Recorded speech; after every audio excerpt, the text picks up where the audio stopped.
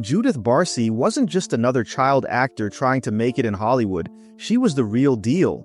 From the time she was just 5 years old, this little girl was turning heads. Directors, producers, and casting agents all saw something special in her. She had this sweet, magnetic energy that you couldn't teach, the kind that made everyone around her believe she was born for the spotlight. She landed her first commercial for a Donald Duck orange juice ad and never slowed down. She was tiny for her age, which let her play younger kids, a trick producers loved. But even beyond her size, she had range. She could cry on command, hit her lines like a pro, and charm the camera without even trying. Between ages 5 and 10, she racked up over 70 commercials, multiple television roles, and starring parts in major films. She voiced Ducky in The Land Before Time and Anne-Marie in All Dogs Go to Heaven. She wasn't just working, she was thriving. People thought she'd grow up to be the next big star. But off-camera, things were unraveling fast. Behind the scenes, Judith's life at home was completely different from her on-screen fairy tale. Her father, Judith Barsi, was a deeply troubled man, born in Hungary and surviving the chaos of post-World War II Europe. He came to America carrying heavy emotional baggage and a deep-seated insecurity that never left him. He never quite found his place in the U.S., jumping between odd jobs and battling alcoholism. When Judith started making money, he saw her success not as something to celebrate, but as something to control. He wanted that Hollywood paycheck and the recognition that came with it, not for her, but for himself. As her fame grew, his jealousy turned violent. He became obsessive, paranoid, and controlling. He'd keep tabs on Judith and her mother Maria constantly, monitoring their every move, their phone calls, even what they said on set. At home, he was a monster, screaming, throwing things, threatening to kill them both. He even told friends he was going to kill Judith and Maria, and then himself.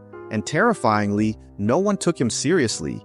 Maria, Judith's mother, was stuck in the middle of this nightmare. She had escaped communist Hungary with dreams of giving her daughter a better life. She was the one who guided Judith into acting, drove her to auditions, and coached her through lines late into the night. But as Joseph's behavior got worse, Maria found herself trapped. He would scream at her, accuse her of using Judith for money, and physically intimidate her to keep her from leaving.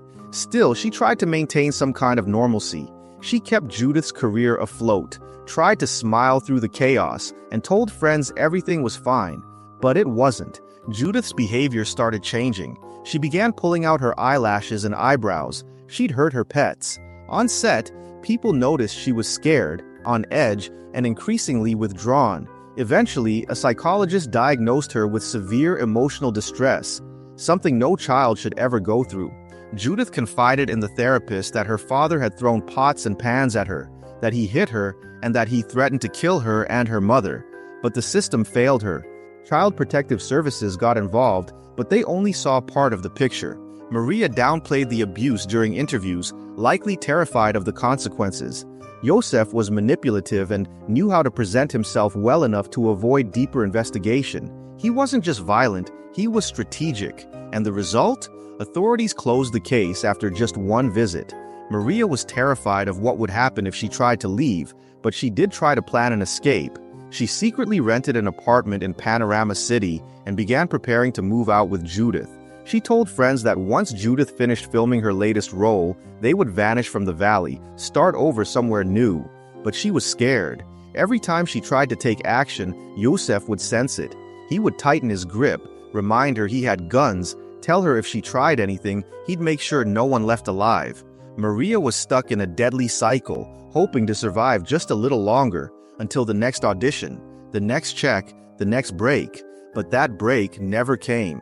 On July 25, 1988, Joseph did exactly what he had always threatened. In the middle of the night, while Judith was asleep in her pink bedroom filled with stuffed animals and toys from movie sets, he shot her in the head. Then he went to Maria's room and shot her too. And then, he waited. For 2 whole days, he lived in the house with their bodies, pacing, drinking, calling friends. The neighbors said they heard a loud bang and then silence. Joseph was reportedly walking around like nothing had happened.